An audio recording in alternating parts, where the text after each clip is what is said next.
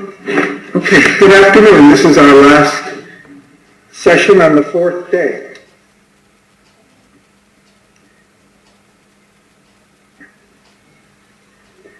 On the first morning when we started, we were talking about some of the criteria I mentioned some criteria I think are essential for looking at social science in a transdisciplinary way.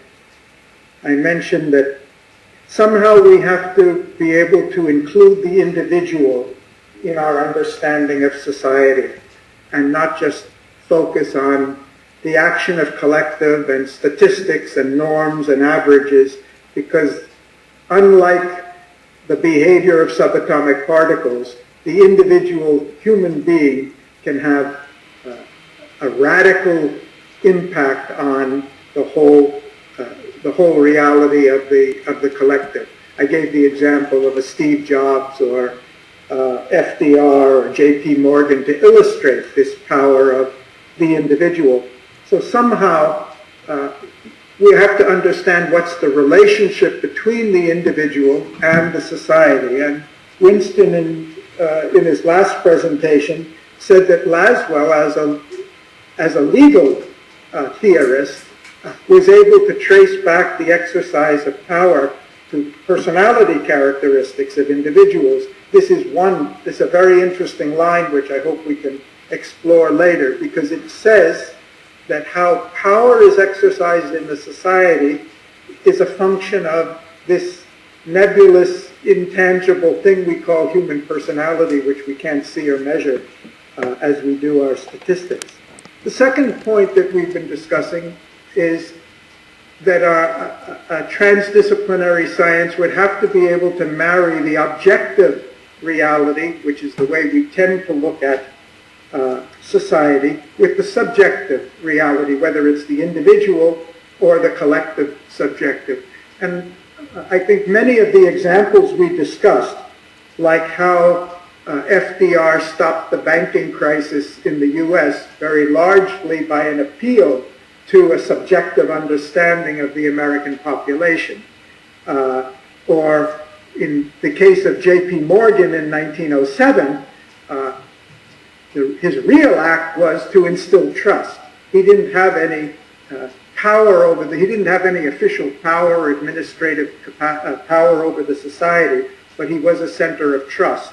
And he was able to act subjectively, individually, to restore confidence in the financial markets. And then we heard from Roberto now 3 times, the last this morning, about his theme that in looking to the future of social science, we have to recognize the great importance and significance of the future, of not just the forces that have been generated from the past, but of the aspirations for the future and the impact they have on behavior, both individually and collectively. So we've also talked about social power as a theme that's been coming back in all the presentations, and I'd like to come back to it. We've talked about social organization. What exactly is the relationship between social power and social organization? We've been using them together, but we haven't quite pinned it down. Zbig talked to us about networks, which to me are quite effective types of social organization, one type of social organization or one category of social organization that seems to enhance the power. Alberto, in his presentations, has been stressing the subjective aspect. The fact that essentially society is about relationships. Those relationships may be informal or formal, and in the case of a network, we tend to exploit and develop multiple linkages, maximize the number of linkages between people to create a more effective type of social organization. Winston's talked to us about decision-making, and a number of our speakers have been emphasizing that somehow values is central to every topic we have been discussing without exactly pinning it down. And at the micro level, we've got this thing we call human capital, which is not just an objective reality of how many people with what skills and what knowledge, but subjectively, what are their attitudes, perceptions, skills, emotions, aspirations, and how is their energy expressed in society. So is there any way that all of these elements, each which is obviously important in itself, but is there any way in which they can relate to each other? And what I'd like to do is present what I think is a fairly simple way of thinking about how human beings accomplish as a process. We started out on the first day by saying that human accomplishment applies to all fields of social science and all fields of reality, whether we want to achieve governance, whether we want to create wealth, whether we want to raise harmonious families, whether we want to wage war. Whatever are the values or goals we're pursuing, human beings seek to consciously accomplish. And so is there any process of accomplishment or any process that's common to all these fields? Is there any process that could be common to what how individuals accomplish, how organizations accomplish, and how society as a whole accomplishes? And that's what I'd like to explore this afternoon.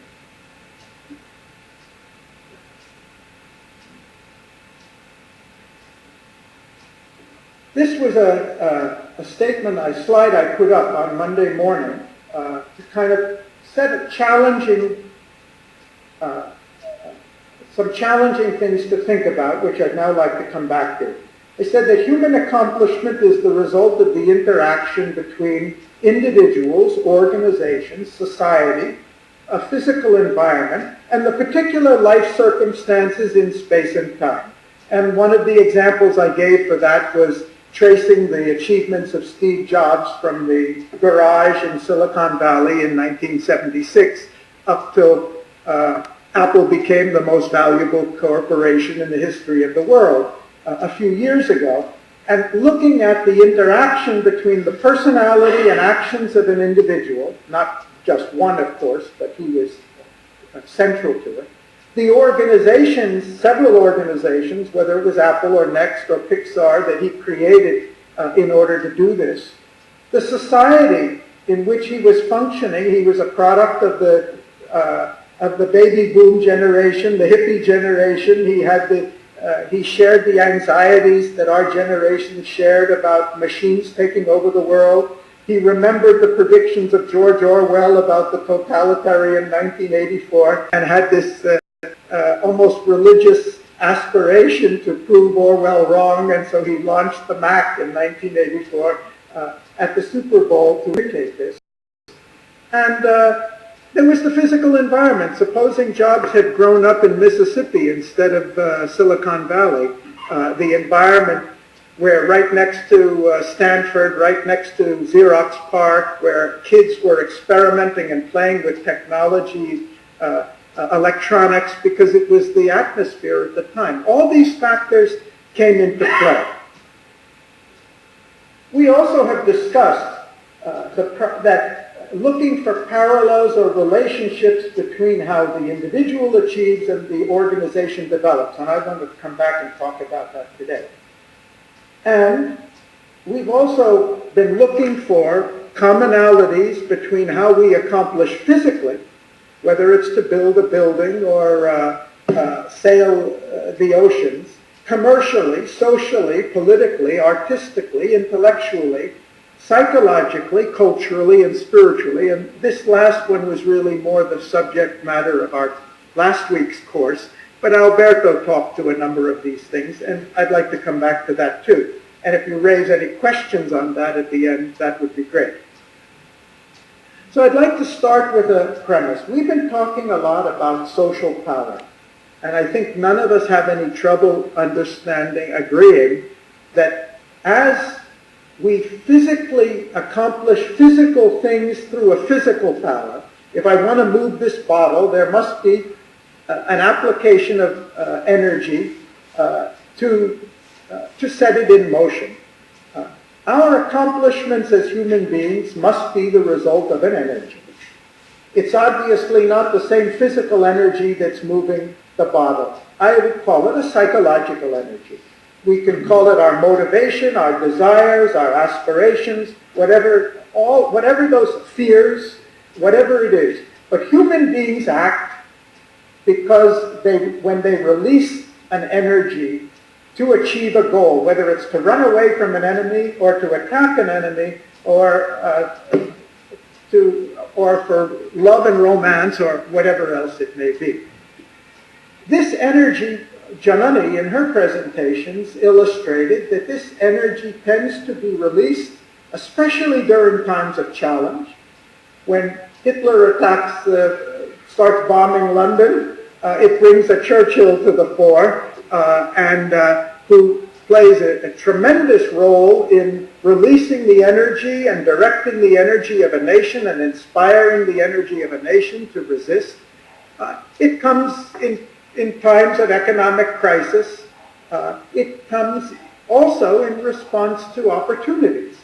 When a new technology comes, when suddenly there's a World Wide Web there, a young man named Steve Bezos says, hey, now that there's a World Wide Web, maybe I could become the biggest bookseller in the world. Maybe I don't have to worry about Barnes & Noble, even though they have 1,000 bookstores all over the country. Maybe there's an opportunity for me to do something that's never been done before. I don't know whether he had that thought before he started, but somewhere along the way, obviously, the opportunity released an enormous energy, not just for him, but for his business. In fact, every human interaction is a potential source of energy. Ivo put up a chart this morning, and nobody commented on it, but you remember he showed that the growth of population from about 1000 AD, and especially after 1800 when it shot up, and he showed a parallel curve for the growth of real per capita GDP that almost followed it exactly. Well, if you don't go in and analyze this too much, you might come to the conclusion the more people there are, the more everybody gets. Which is kind of opposite to our standard. The more people there are, the less there is to divide. But the data, at least, supports the view, the greater the population, the greater the per capita income. Well, let's not go into the validity of it, but one of the things that we see happening is that the greater population is creating a much greater density of human interactions than we've ever had before. It's not just population that's doing that, it's transportation and communication and education and many factors. But if wealth is, traditionally we thought of wealth as something that comes from the ground. And then during the Industrial Revolution, wealth is something that's created in the factory. But in the service economy, wealth is really created by human interactions. It is the value we offer to each other in education or health care or entertainment or tourism. So this human interaction, I think we all know, it can be a very energizing experience. And it's hard for us to stay energized when we're out in the wilderness all alone for 72 hours with nobody to talk to, because the human interaction is a stimulus. There are individuals who can be energized by that, but typically it's the human interaction that energizes us. Well, if you do a study, and I have done a study not only of business people quite extensively, but political leaders and other great creative artists and everything, one of the most striking things you see is, and you can just randomly pick up biographies of great people, and if you read, the chances are very great, whether it's a Churchill or a Mao or a Gandhi or whoever it is, one of the most striking characteristics when you meet a really high-achieving person is the tremendous energy that they generate, that they radiate. And I have lots of examples, but I just chose two here because this is one of my favorites. This was a description of Teddy Roosevelt by an Englishman. He said, "Do you know the two most wonderful things I have seen in your country? Niagara Falls and the President of the United States. Both great wonders of nature." That was how people felt when they met Teddy. He just exuded energy. And there was another quote by someone else: "A perpetual flow of torrential energy, a sense of motion, even in stillness, thrilling to be near." I once met Indira, who may not have been one of the greats, but I think everybody who knew Indira and related to her when she was Prime Minister really felt this is a lady, this is a strong lady. She really exuded energy. Nobody sits around her, not just out of politeness, because there's a charge there. Kissinger, when he met Mao the first time, he said the whole room was full of energy. It's those who experience often that same experience. That's how the describe. Apart from, leave alone, and Boston, if you biography, one of the repeated this energy. But it's also true in the falls. In a period of 2 years, wrote 50 short novels, stories. This was how he did to have a tenfold intensity. The picture on the walls trembled. When he spoke, the word cascading forth. There was no different day and night. As he sat round the clock and blunted at the ends in the process. Descriptions of citizens, and if you read Jobs' biography, he's in fields. A few years ago, Giannani, in one of her presentations, you saw the clip from the garden top.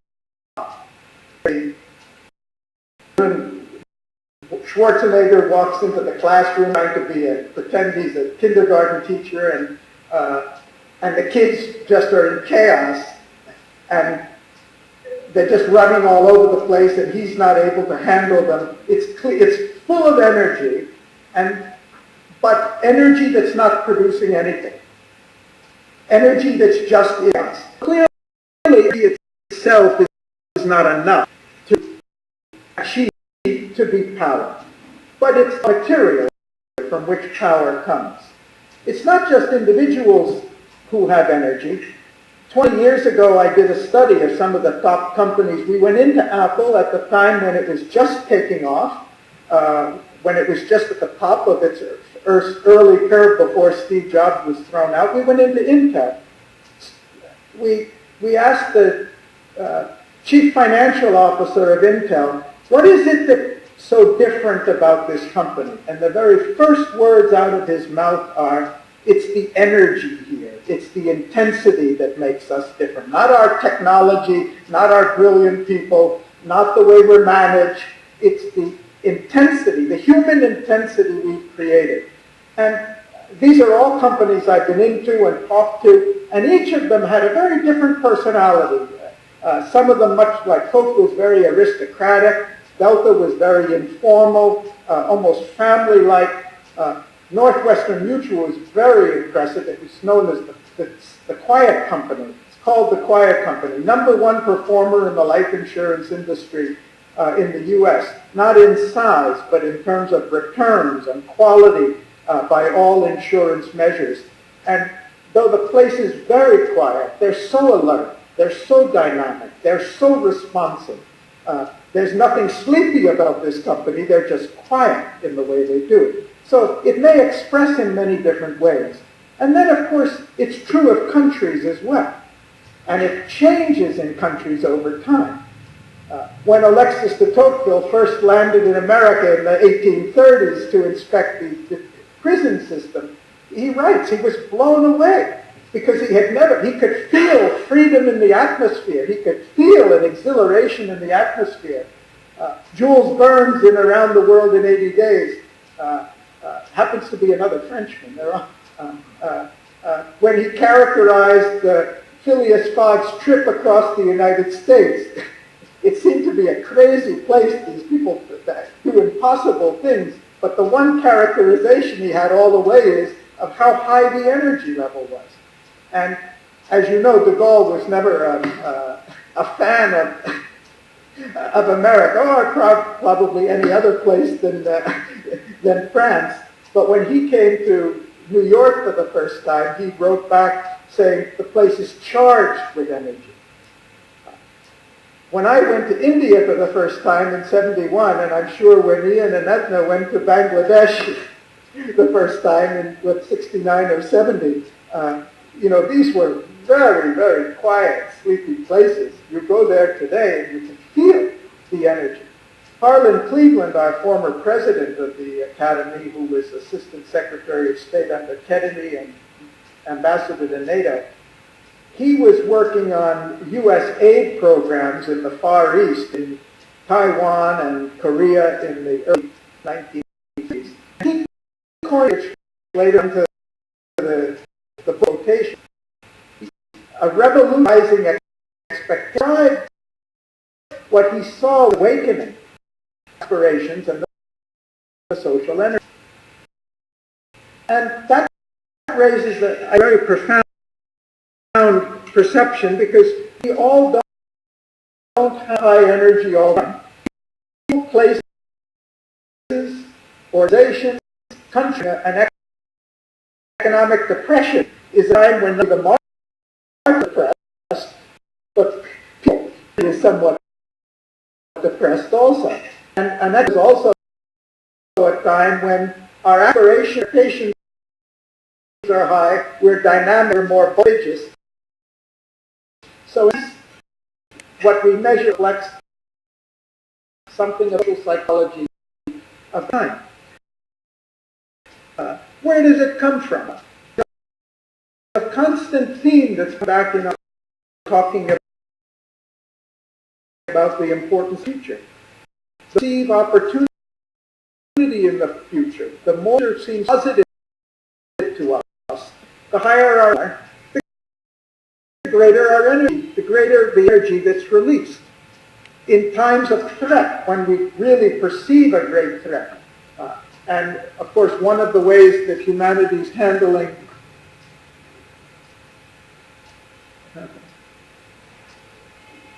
it must have been a connection. The wireless must have gone down. There's been some weakness in the connection. So it may come back. Let's see. Was I saying that? One of the challenges of getting the world to respond to climate change is because as long as we can deny the threat and not perceive it as a threat, then we don't have to be compelled to act and energized to act about it. And that's why the public communication is so important. So energy, my basic theme is, doesn't matter whether we're talking about romance or wealth creation or fighting a war or writing books or painting the Mona Lisa, energy is fundamental to all fields of human accomplishment. But energy is not enough. And the kids, everybody seeing your kids playing, know that the play is somewhat purposeless. It may be doing something psychologically and physiologically, but it's not doing something we call accomplishment in the normal sense. It's purposeless. It's not directed. So in order for energy to become social power, and that's my theme, it needs to acquire a direction. And the same thing is true in physics. Energy, we have the energy of the sun, but if you want to convert that energy of the sun into solar power, you have to concentrate it, direct it in a given direction. And in physics, we say when you direct energy, when you give it a direction, it becomes a force. That's the definition. I'm applying a force on this bottle by taking energy and pushing in a particular direction. I've used the analogy, come back. I've used the analogy of the hydroelectric power plant because if you take the energy of a river, that energy may have been flowing for thousands of years and not producing much of anything, except occasionally when a boat gets on it and goes downstream. But if you want to tap that energy, the technology we know very well, the first thing we do is we build a dam, and you channel that raw energy through sluice gates, channel it through and focus it through a turbine, so you can convert that raw energy, you give it a direction, and then you convert it from a force into power. So how do we give direction to our energy? Well, we've been talking about it all week. Everybody's been talking about it in one way or another. We do it through our values, through what it is, through our aspirations. We do it through our understanding. That's why what Alberto was saying about our social construction, our perception, is so important, because somebody sees opportunity. Janani, in her discussion yesterday, when she was talking about opportunities and challenges, she asked a very provocative question. She said, what's the difference between an opportunity and a challenge? Because so often a challenge becomes converted into an opportunity. It can't be fundamentally opposite from one another. It's clearly we perceive as a threat, and in the process of that threat, it becomes opportunity. Steve Jobs said in his commencement he delivered at Stanford years ago, he said the most important best thing happened to him was when he created. He felt like running away from something. He made him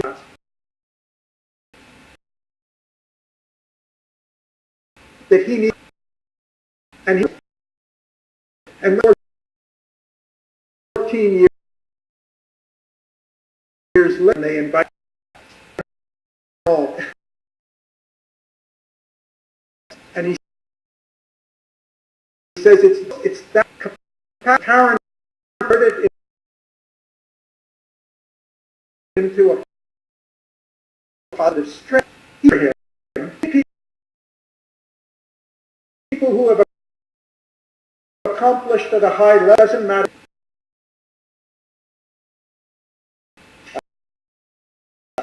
Michael Blumen, chairman at Sperry U's computer, and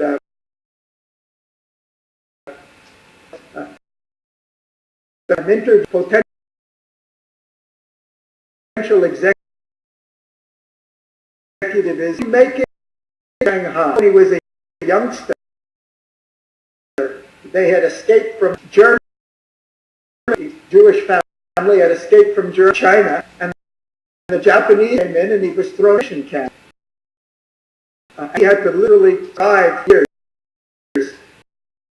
in a Japanese kind of like in Spielberg's Empire of the Sun, that story of the English kid. He said all the skills and capacities and life knowledge and wisdom that he used to rise to Secretary of the Treasury was what he got from this ordeal in the concentration camp. Anyway, whether it's through goals or aspirations or high values, the dedication of a Mahatma Gandhi, or I was telling about Abraham Lincoln, whatever it is, it's that direction that channels the energy, that gives it and makes it a force. But we also know that's not enough. There are a lot of people who have high energy, who are determined and directed but don't accomplish. Some of you saw the movie clip that Janani showed from Gladiator, when the last great conquest of I think it was Marcus Aurelius, against the last of the German tribes who were holding out. The German tribes had plenty of energy. They had plenty of motivation, and their direction was very clear. We want to drive the Romans into the ground. But what they clearly lacked was the sophisticated organization that the Roman army had. In the movie, in 5 minutes, it just brings out the whole thing. The division, the specialization of different, the hierarchy, the specialization, the coordination, the communication systems, everything. This faultless strategy that just killed people who may have been much braver than they were, and certainly were courageous, very courageous. So we need something else for that.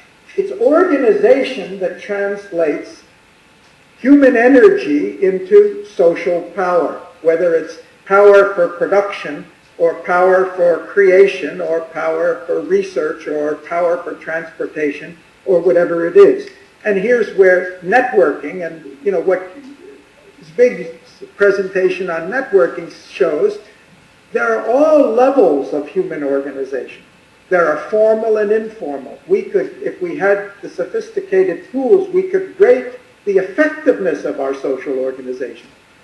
Working in developing countries, which many of us have, we know the social organization, how effective it is, the government or administrative organization, how effective it is, how much bureaucracy and red tape you have, how much of the energy that goes into the system gets tied up and swallowed and actually cancels out initiative and works counterproductive to the processes. Well, you don't have to go to developing countries. You can watch the U.S. Congress if you want to see how that works.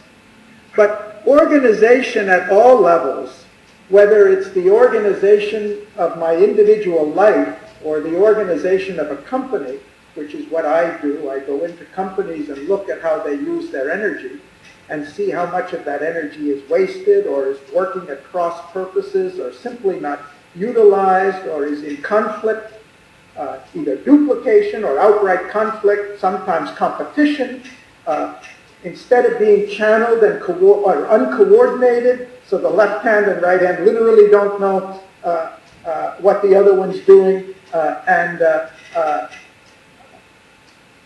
the results are limited. The effectiveness of this thing, and again, John's presentation talked about the constituent organization, truly a disciplinary set to do beings, do it through the organization and the personality of our energy.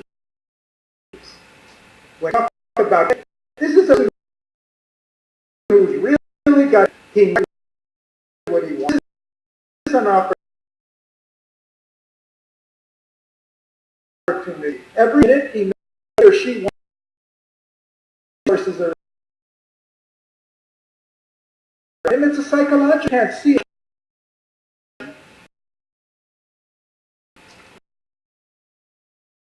About the natural side, you ask, well, that is the smallest human matter. Like,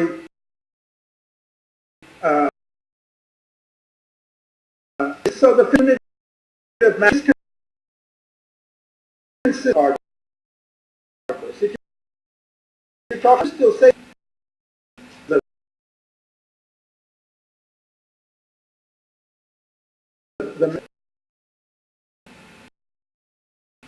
of so human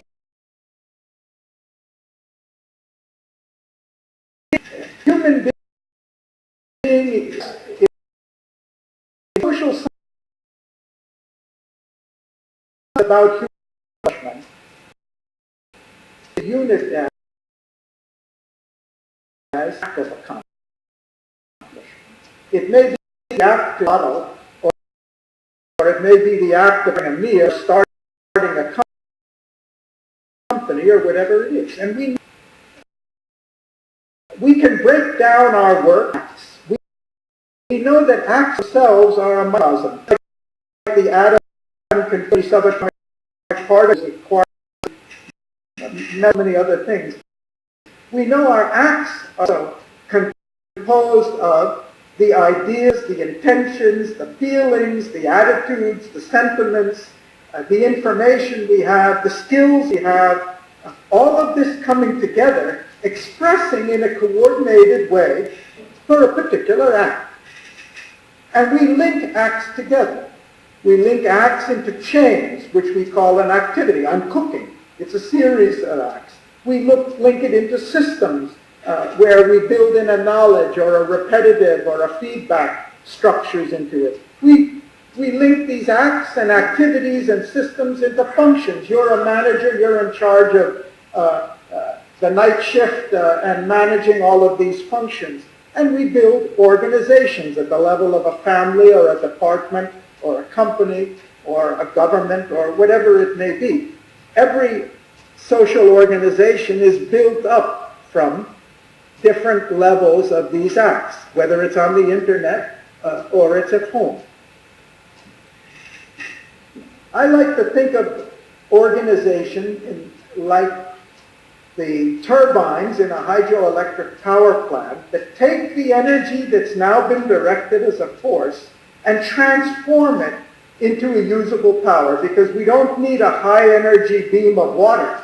We need a high energy beam of water directed on a turbine in such a way to convert it into electricity so we can send it 500 miles to the city to run an engine or light the factories or produce something. And that's what organization does. It takes our human energy, it directs it through plans, procedures, authority.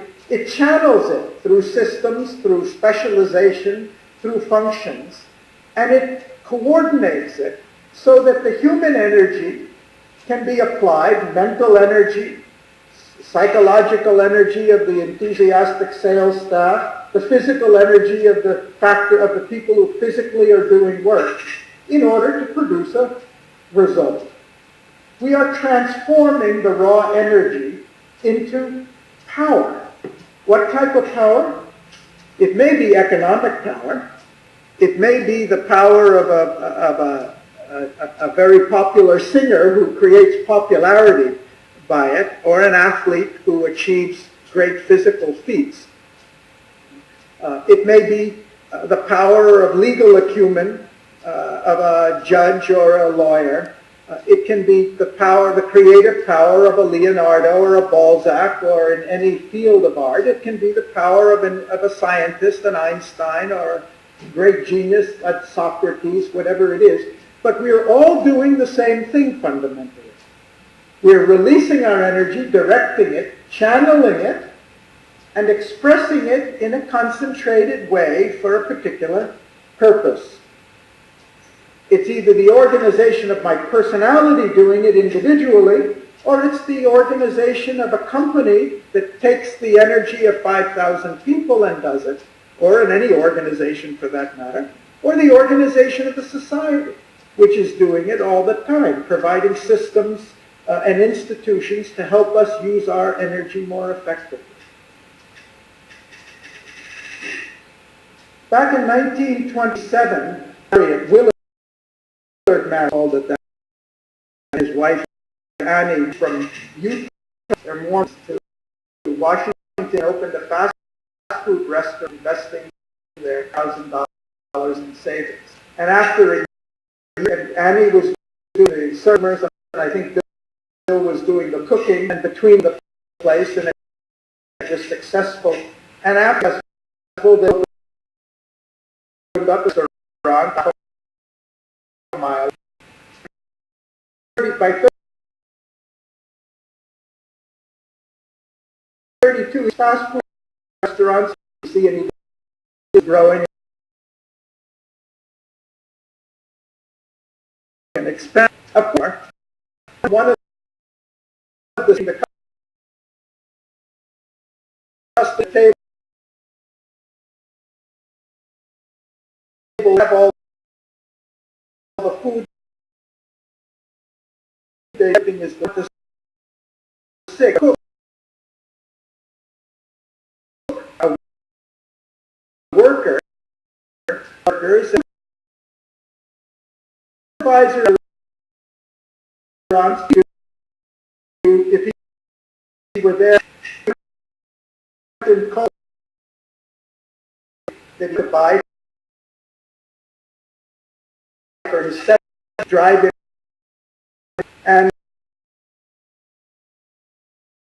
Bill, who is quit ahead. And six restaurants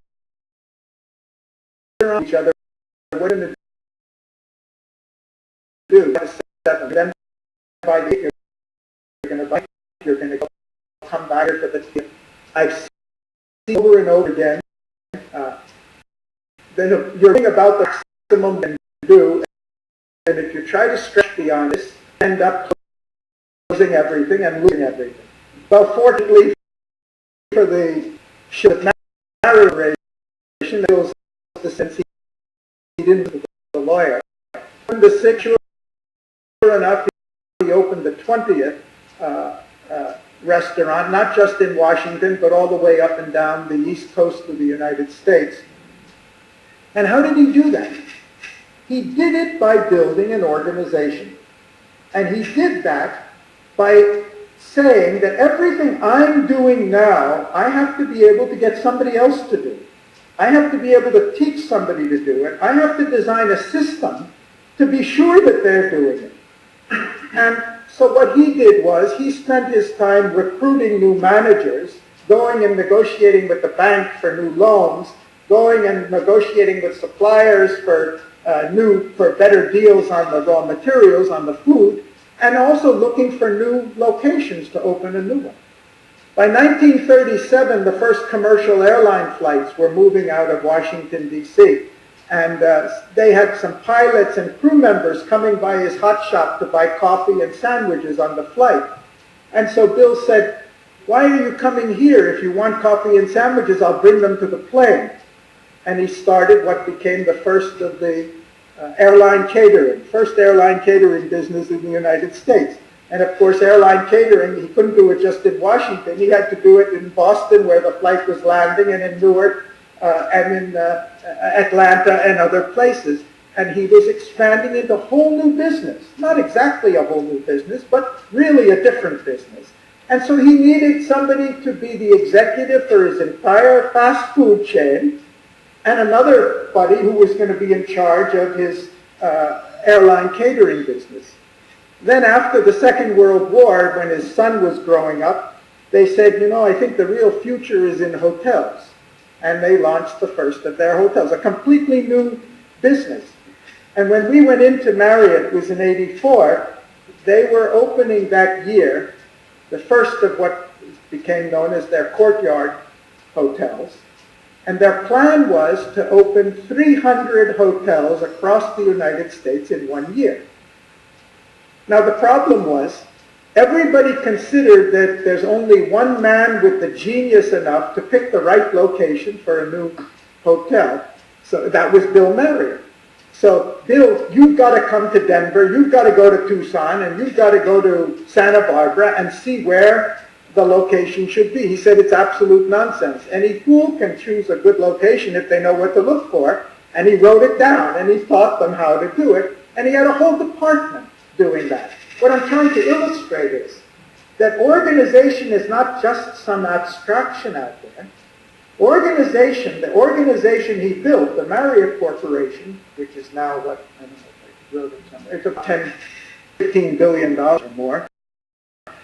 The organization became an objectification of his personality, an objectification of his knowledge, his values, because he was really intent on values of customer service, of treating the employees right, the organization of the skills he had about how organization worked systematically of the first to follow law. So if you think of organization not as something totally inhuman or different from us, the organization grows with projection. That's why I'm very interested in comes back if you talk about micro law, how we consider law. We have this huge structure of governance, but where you actually see that process, new law being created, decisions that people are by the actions they take, on their aspirations. They understand this is not traction related. There is a social basis, and in this a logical basis to what as a social. But it's easy to see. It's so easy to see how it got created, based on what are the values in shrine base. A very different type of work. I'm not going to go to it, but it's a story. It's the history of Genghis.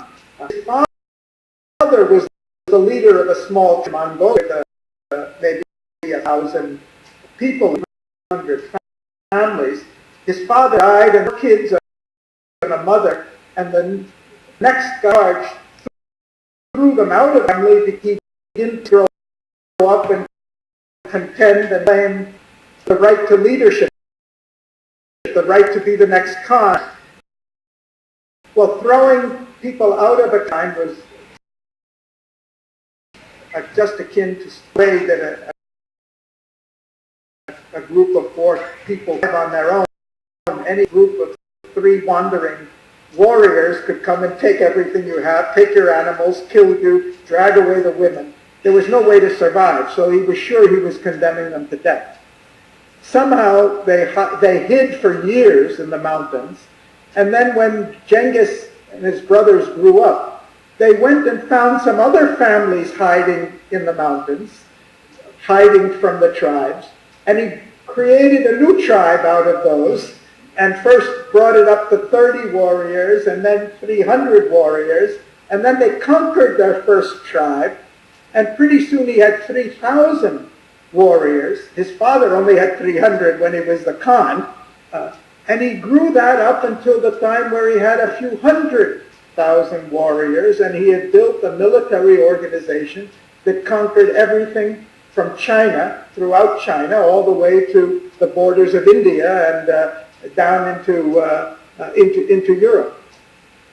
He built an organization, a very different type of organization. But if you look at the process, if you look at how the energy they had, the values they had, the direction they had, and the organization, a very effective organization to do what they wanted to do, not what hopefully we want to do with our lives or people want to do today.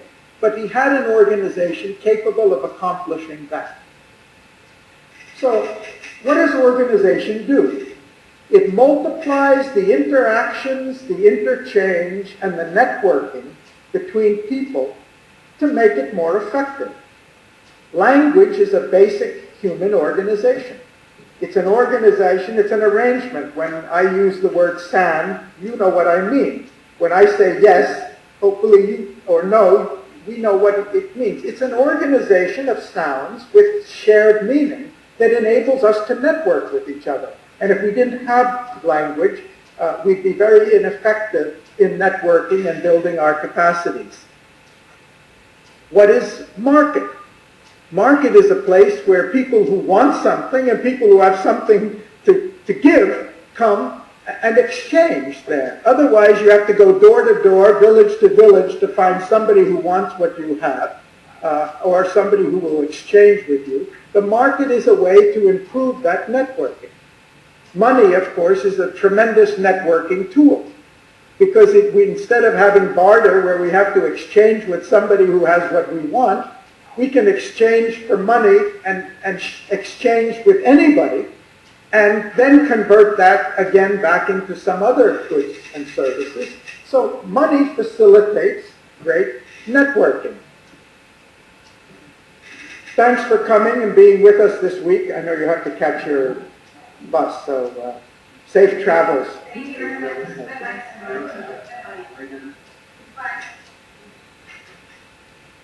We understand networks and networking better now since the internet came because we can really see and conceptualize these things. Especially, it's the higher order, organizing, coordinating, creating links, opportunities that are there in society, which we can't have. So, organization a tremendous power. It's into social power. It manages because when I web and I see a product, I can order it and download it. I can see the book immediately. It energizes me. I become more enthusiastic about what I do. It creates positive feedback loops for 3 weeks or 3 months to get something, to get the that I want. It helps us tap opportunities. As the nation evolves, we're able to tap social opportunities, able to tap before it to help us exploit social potential. Didn't realize was there. There were literally, Google is an example of that. Search engine in '98, my God, another search engine. We've already got 30 of them, and one of the big problems is to figure out which one on earth would we want another one. Google gave better searches, they information of what we were looking for. And then they had to do something that looks so simple. We wonder why Excite or one of the other early ones Yahoo didn't think of it. They said, look, we know what people are looking for. Why don't we match it with what advertisers are trying to sell? They simply created a link between search and ad, which didn't exist before then, and that's their whole revenue model. And they're the biggest advertiser in the world, and because they saw this link. It's not that the link was a non-existent. It was an untapped social potential. So organization, network, whatever you call it, helps us to tap those opportunities.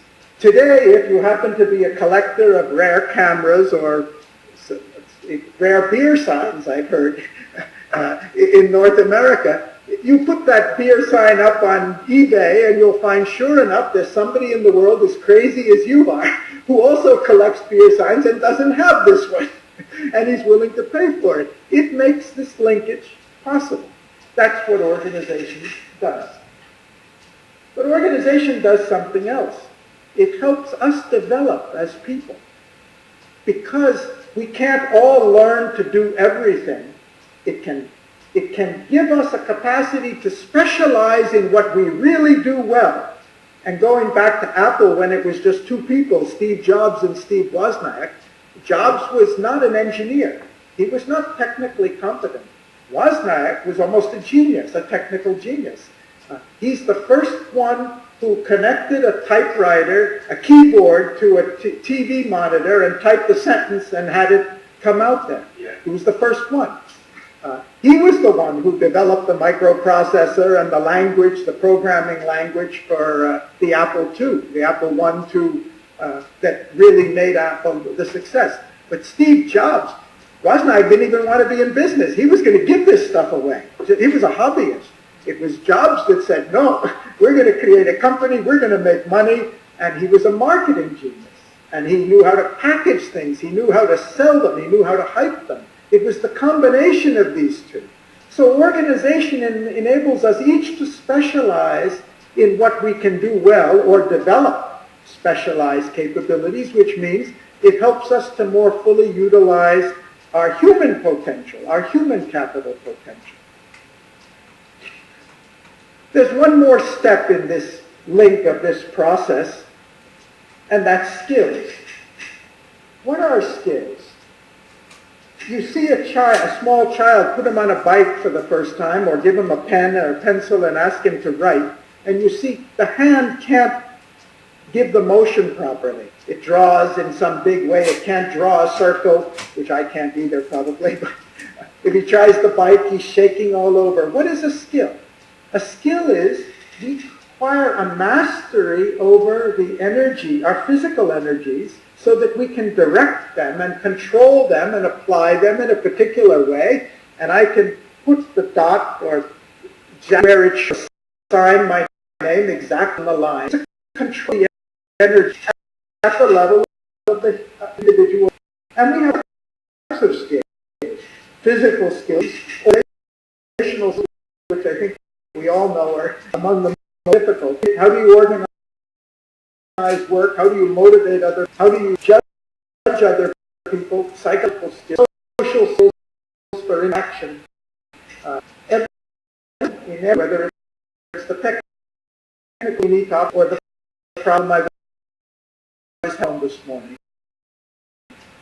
Of companies that seem to be to one another.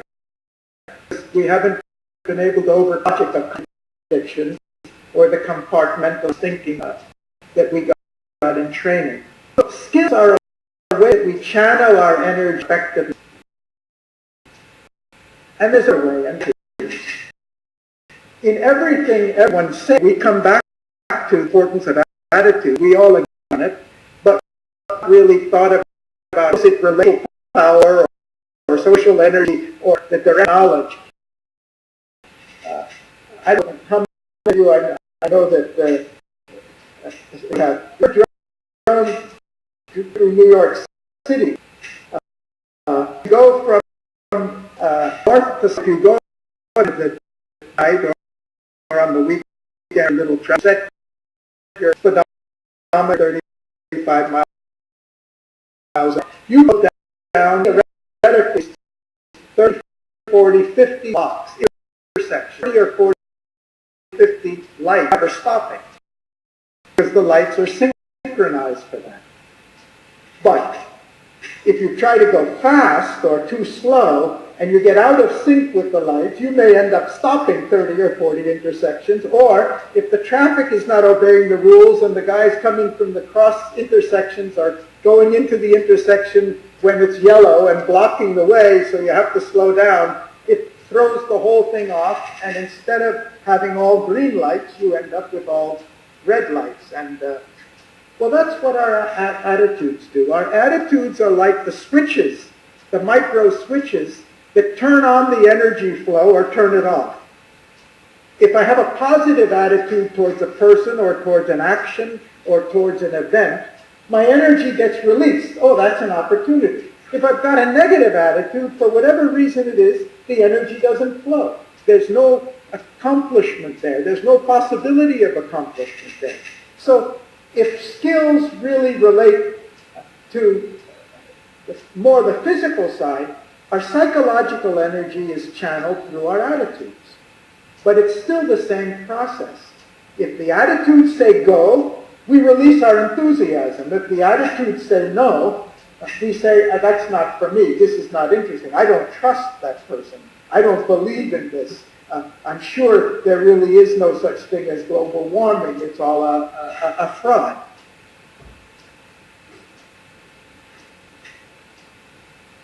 At the cultural level, we also have attitudes, or call them values. We also have customs and all. Our cultures also tell us that in certain ways we can release our energy positively, and in certain ways we shouldn't. When I went to Intel, they said one of the things they did was train all their new recruits and train their managers how to deal with confrontation. Because they're in an industry where the kids who have just come out of graduate school know more about the technology than the manager who's been there for 5 or 10 years, simply because the technology is changing so quickly and the managers don't have any time to keep up with it.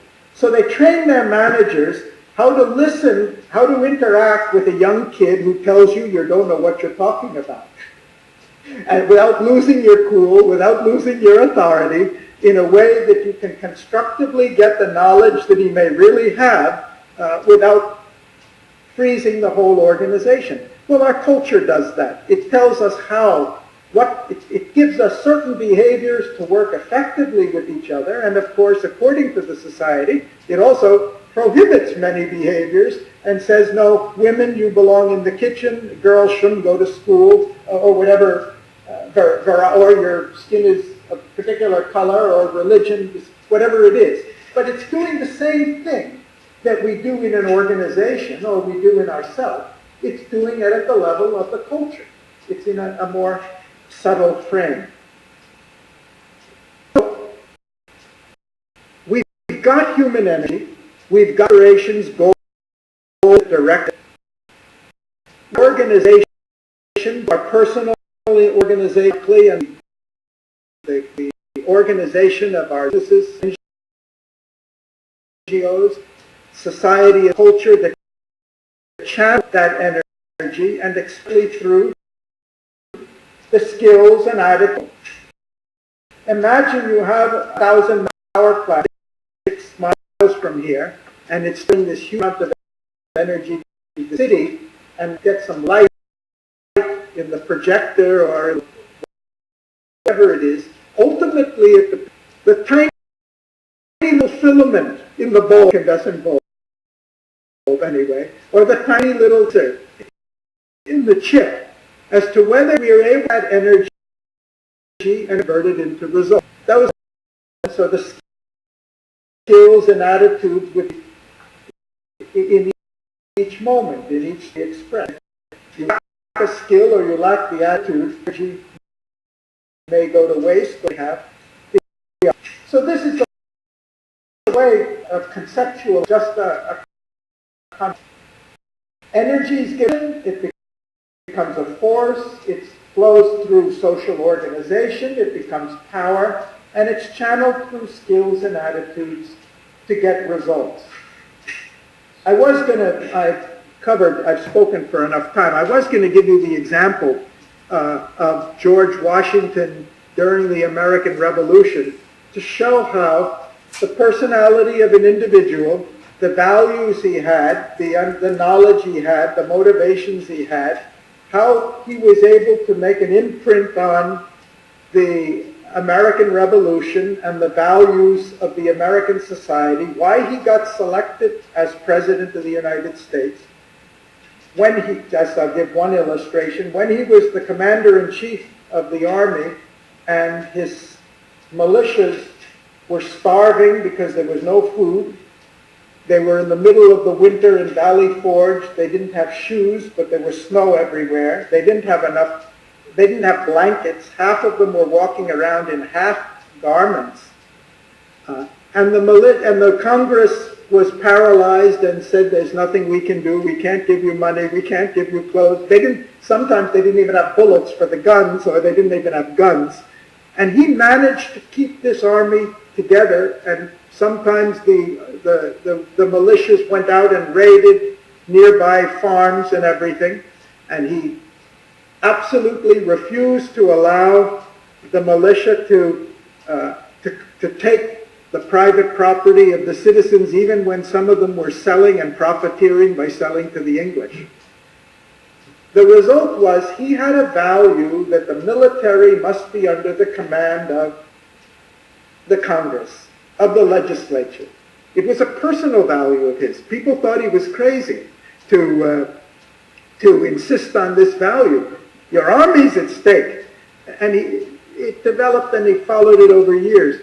Once the war was over and the British were gone, the single greatest concern of the states was, we don't want to create an army and we don't want to create a federal government that's going to tyrannize us like King George III did. The single greatest concern was, we shouldn't create a new tyranny.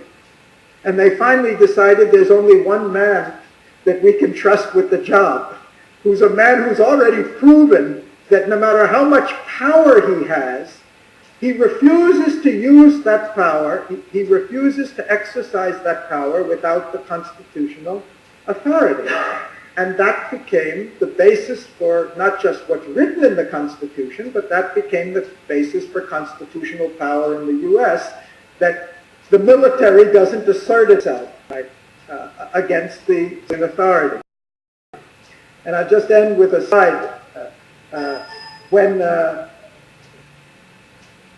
When King George asked at the end of the war, he asked, what is Washington going to do after the war?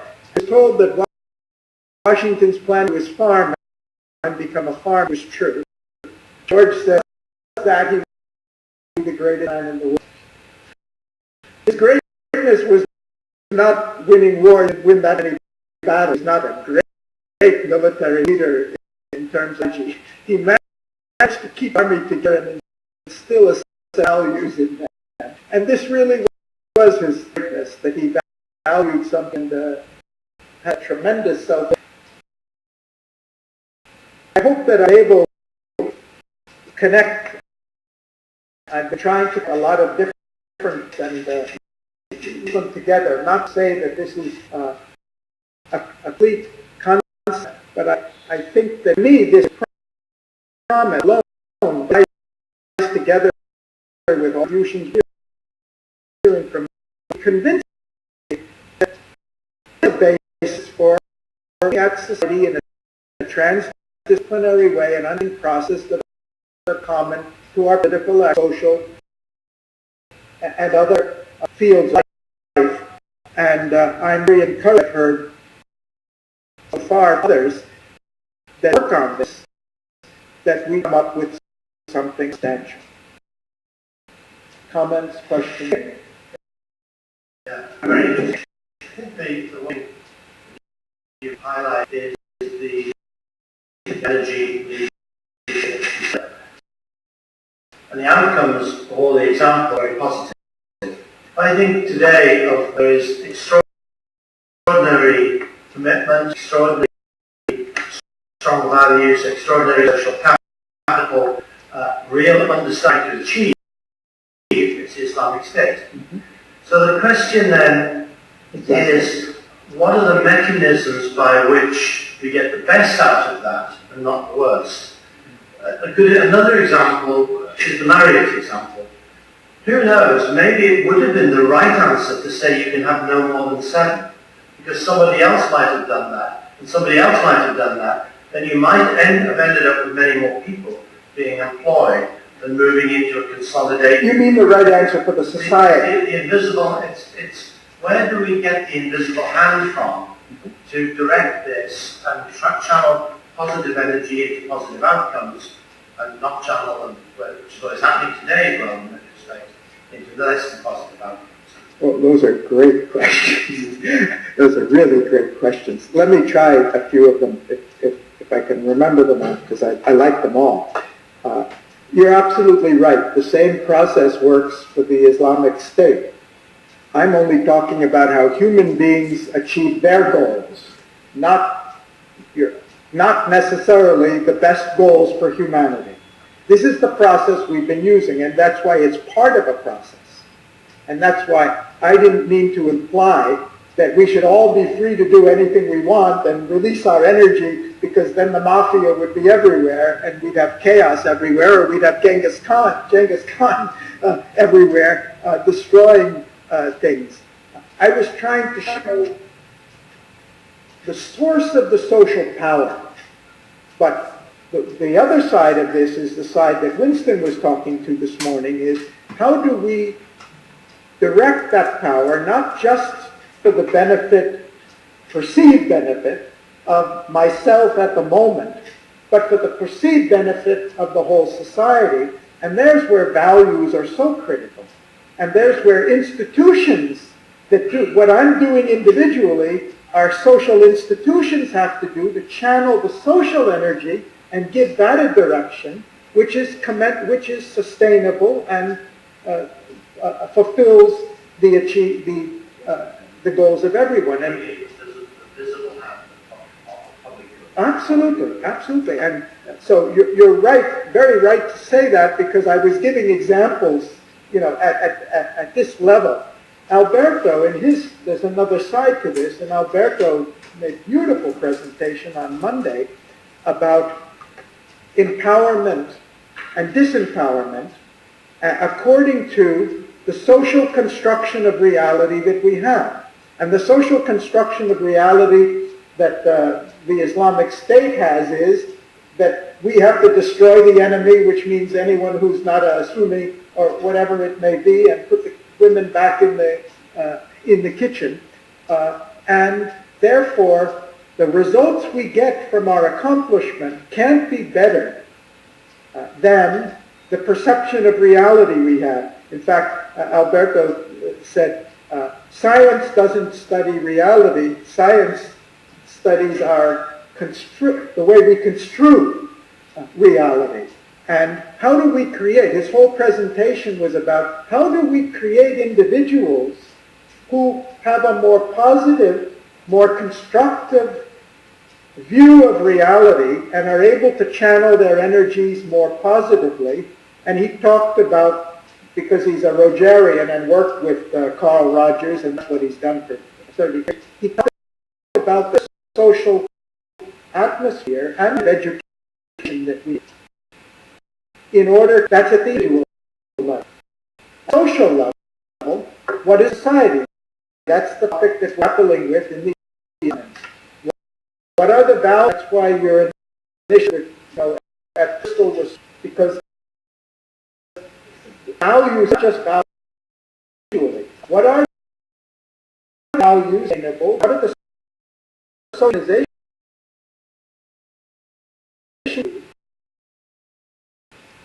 to it would really flag the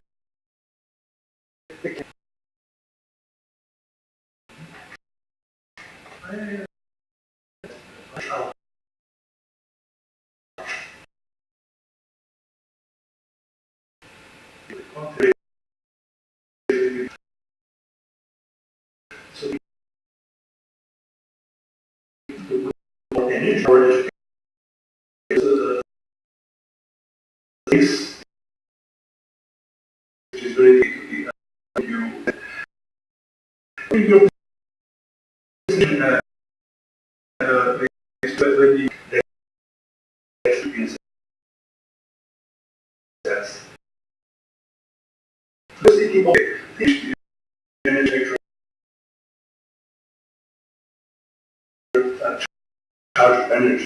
power comes because you control the energy, and that's what really organizes. The message that I can't do that, and you. Yes. Sorry? Dissemination, the information, these are all come there. Don't have power. That cannot gain. Organization enables them to convert whatever they believe in, whatever their intentions, whatever their money power, or their money can do, or their influence can do, or their connections can do, or their technological know-how can do. They channel it through, whether it's a technological organization or a social organization, we call a newspaper or the internet or whatever it is. And on your graph, actually slide which is focused on power plants, there is a control gate. Who is controlling the gate of the energy which becomes power? It's a very big issue. I think that the model is very useful to clarify the anatomy of energy, organization, and outcomes of issues there. But of course, inside that model is the ubiquity of human choice making and the responsibility of human choice making. So that energy still requires some direction and ambition in its connection to organization and outcomes via the self-conscious mechanism of responsible human choice. That means human beings have to better understand the anatomy of decision-making itself and responsibility for it. The model that Laswell used, which gives us very the architecture of decision-making itself, generated criticism. If I'm in the Soviet Union, this is a wonderful model for me to really stream up the decisions that I want to take on Central Committee or something. So that question of choice making and values is an important part of if you like, the problem of understanding values in terms of social responsibility. Ian's point is correct. You can technically speed up and make more efficient the exercise of power, but then power for what? Exactly. You know, that's the... And so an analysis should be, how are we directing our energy? What is the knowledge that we're using to direct it? What are the values by which we're directing it? What are the organizations, mechanisms through which we're directing it? And what are the decisions at each level? Because this is a very simplified model. As you said, at every level there are decisions. At every level there's knowledge. There are values at every level. I may be in an organization that's supposed to be dedicated to serving humanity, but my value is I'm looking out for prestige or my self-importance or, you know, my place in the organization. So Even the would require subsequently some process of appraisal. Otherwise, you know, you have to have that to say, well, that was provisional, not absolute. We've got the reshape. How to get to the powerful. What is the what? You have new mechanisms, most political choices, political process, and constraint. Or we have an overload in us. I think one of them is how do we really understand what society is? There a vision that can capture? Until you have that, you really can't put a system in. Don't you put economic systems in? I agree with you. We have actually muted vitally important contested domain of the priorities of the values. And even the thing was extensively off with others in other times. Might raise factors of amnesty. All the governments next torture, you know. Then when you this practicing torture in this domain, and that's at least I think there's a significant intellectual plastic side of that to penetrate discourse and try to reshape this history.